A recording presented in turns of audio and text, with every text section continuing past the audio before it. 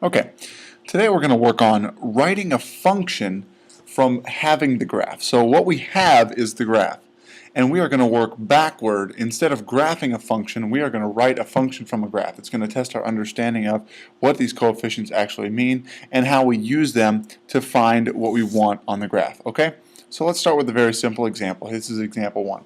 Now, the key to this, the key to writing these functions, so the key is this.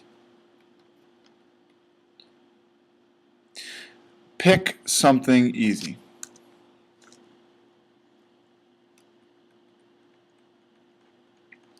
Or pick the easy way. Okay, pick the easy way. In a couple of these examples, I'm going to pick a slightly more difficult way because it'll build on the previous example, but pick the easy way, okay? And this is a reminder. If you have questions, make sure you are writing them down in the margin. Okay, so let's start here. Let's pick the easy way. And what we're going to do is I'm basically going to lay out what it is we've been laying out all along. Okay, and so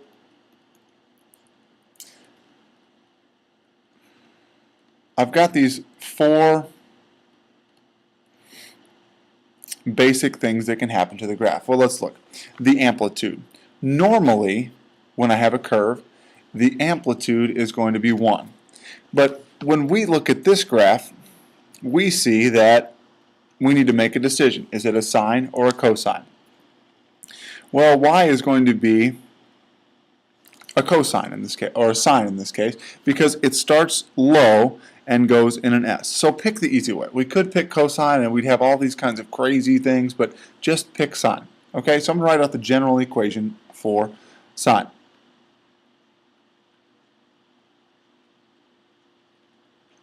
This is the general equation, where A is the amplitude, B tells us something about the period, C has to do with phase shift. So my amplitude for this is going to be in relation to the normal. So if I'm at 3 and -3, I know my amplitude is going to be 3. Okay? My period. How long does it take to go through the full cycle, the full S? Okay? So this S takes 2 pi. So that's good for us because that's normal. Phase shift, it's not shifted left or right, it starts at 0, ends at 2 pi. So the phase shift is nothing, and the vertical translation is nothing. So let's write this using this equation. Y equals k, which is our vertical translation, plus a sine of bx plus c, and I'm going to put in what I know. K is nothing, so it's 0. There's no vertical translation. My amplitude is going to be 3 sine of b, so b is going to be 1 because it's 2 pi over b, which is 2 pi, so 2 pi over b equals 2 pi for my period. You'll see how this comes in handy later. So b must be equal to 1, so it's 1 times x plus, and my phase shift is equal to 0, so 0 is equal to negative c over b, which I know is 1. So my c must equal 0, so this is plus 0. So my general equation is going to be y equals 3 sine x. It makes sense because this is saying that it's a regular sine curve blown up by 3, by a factor of 3. Okay, that makes sense. I did all this work down here to show you that this is what we're going to have to go through on some of these. Okay, so let's step it up a notch. Write a function for the graph shown here. A little bit more complicated, but we're still going to do the same thing. Decide first, does it look like a cosine or does it look like a sine? Let's pick the easy way. Okay, it starts at 0, so we're going to pick sine. So y equals k sine, k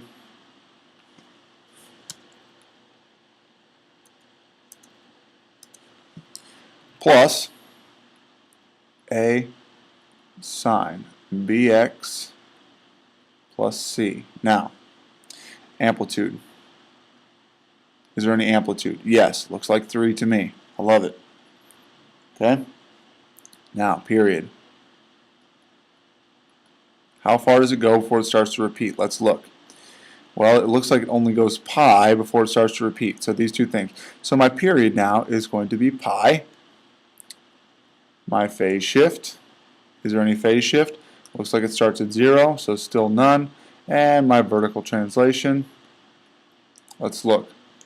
Does it look like it shifted up or down? No, it goes from 3 to -3. So my vertical translation is 0. Watch how I do this. Now, my period is 2 pi over b. So since my period is pi, I'm going to set up this equation. Pi equals 2 pi over b. And I'm going to solve for b. So I'm going to multiply by b on both sides. So I have b times pi is equal to 2 pi. And I divide by pi to get my b. So b is equal to 2. See how I did that? Okay. So now when I take my equation, y equals plus a sine bx plus c. I'm going to get k, which is my vertical translation, none, 0, plus amplitude times the sine of b, which I found, so 2x, plus c, my phase shift, which is none, and I rewrite 3 sine of 2x. You see how this example built on the previous example, because the last example was just 3 sine x. But now I incorporate a little bit of the period. Now, important step here.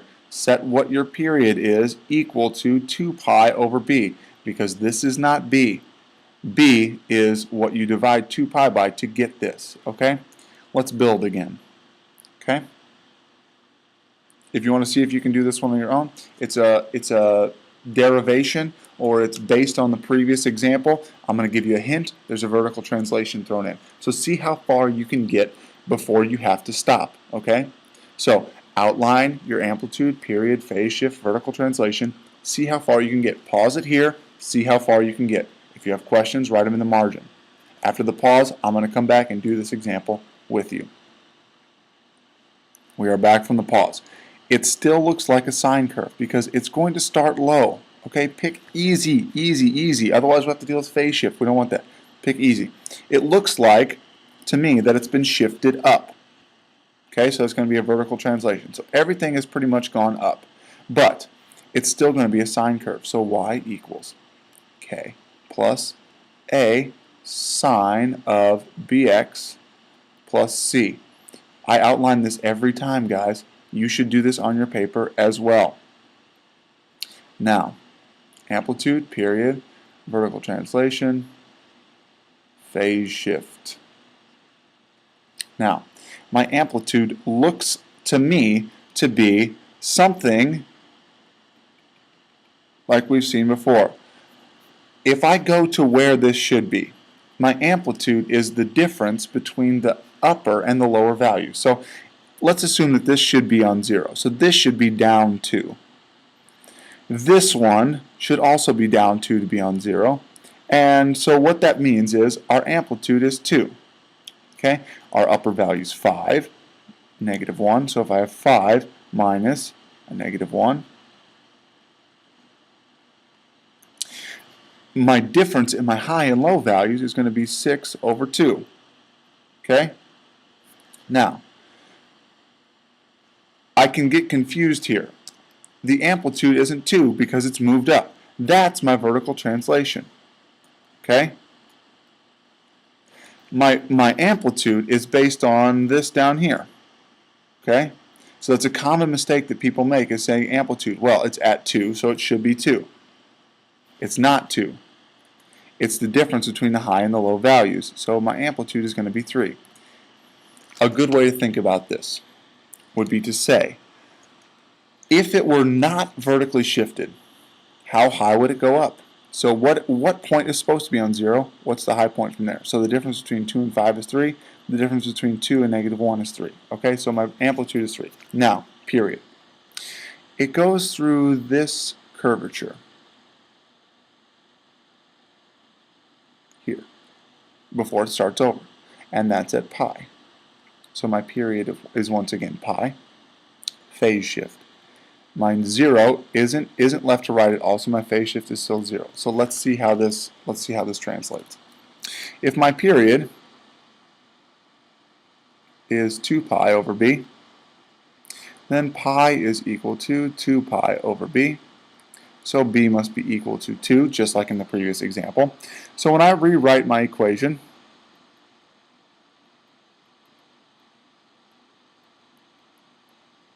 I'm going to put in my values. My k, which is my vertical translation, is going to be 2, plus my amplitude, and my b is 2, and my x is a standalone kind of a guy, and I have no phase shift. So y equals 2 plus 3 sine of 2x is my equation for this graph.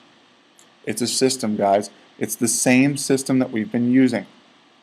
These 4 things. If I can find those 4 things, I can write my graph. Now, I've got 2 more examples. This one's a little bit more difficult, but we're not afraid. Let's look at this logically. I have 2 choices here. I notice that it sort of looks like it goes through an S. So I could choose sine. But think about this, guys. If I choose sine, I've got to shift it left and right. I don't necessarily really want to do that. Let's look at this. What if I picked this point here and said this was a cosine graph? Then I just know that it's been flipped over the x-axis. And so normally it's going to look like this.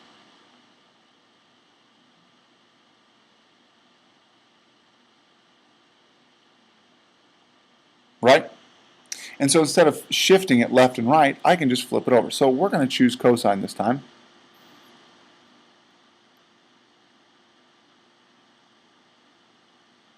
Because it's going to be nice and easy for us. Now, I know that it's going to be negative. But let's look. My period. How long does it take me to get through my curve? Well, it takes me this much. And then it starts over. Well, it takes me 2. So my period, let me outline my values. My period is going to be 2.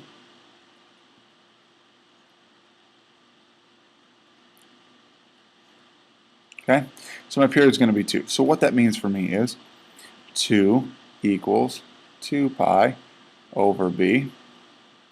So 2b, I'm multiplying by b on both sides here to get b by itself.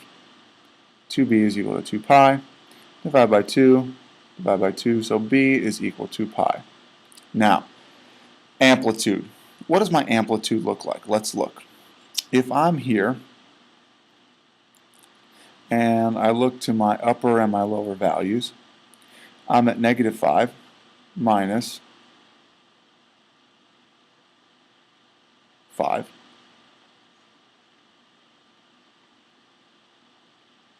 And I take the average of my high and my low values to find my amplitude. Well, that's -5. It doesn't really surprise me that -5 is going to be my value because I've got a cosine curve here that's been flipped over. So my amplitude is going to be 5. My vertical translation, it hasn't gone up or down. It hasn't gone left or right. So y equals k plus a cosine bx plus c. Y equals, remember b's over here, k, which is 0, plus amplitude, 5, cosine of pi x plus 0, 0, plus, not equals, should be plus,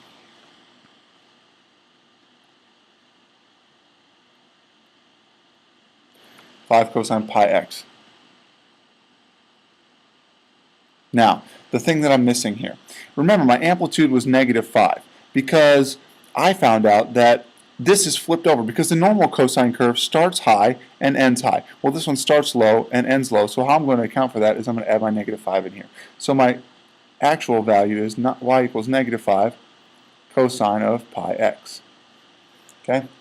It can be a little confusing at first. The most difficult part is picking which of the 2 functions you're going to go with, sine or cosine. and then determining positive or negative. Let's do one more example.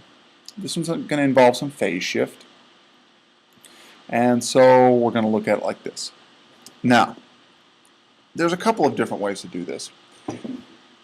You could pick sign because it starts at 0, and then it would be a negative sign, which would be okay. What we're going to do is we are going to assume that it's this exact same graph, except it's moved over. You see how these are similar? So they go through a low, a high, and a low. Well, this goes through a low, a high, and a low.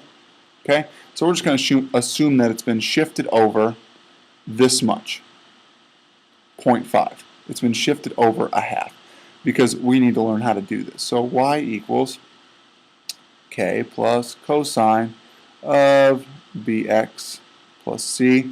You guys almost forgot to tell me to put the a in there. So let's look. Amplitude, period.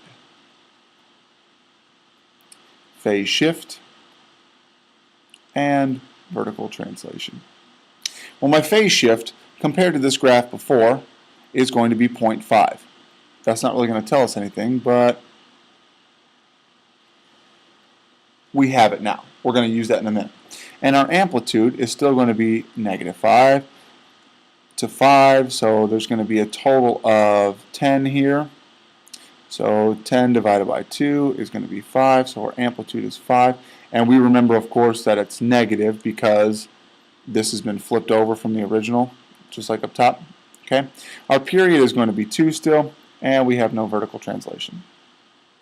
So our period, 2, is equal to 2 pi over b. So b must be equal to pi once again. Now, our phase shift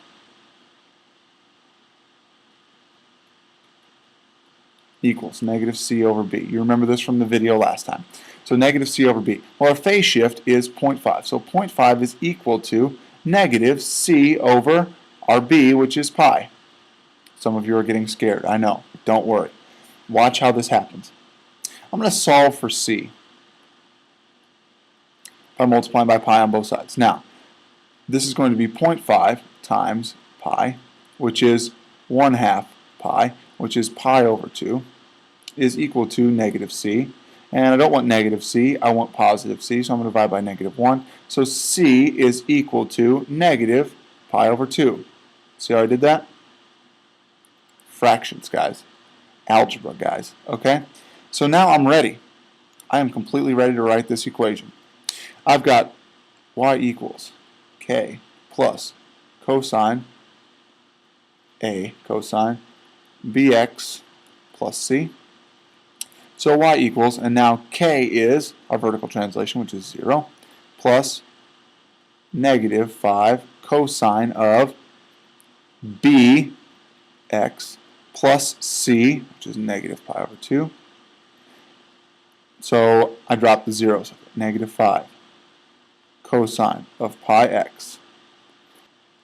The keys, outline it all. Outline all your information before you start.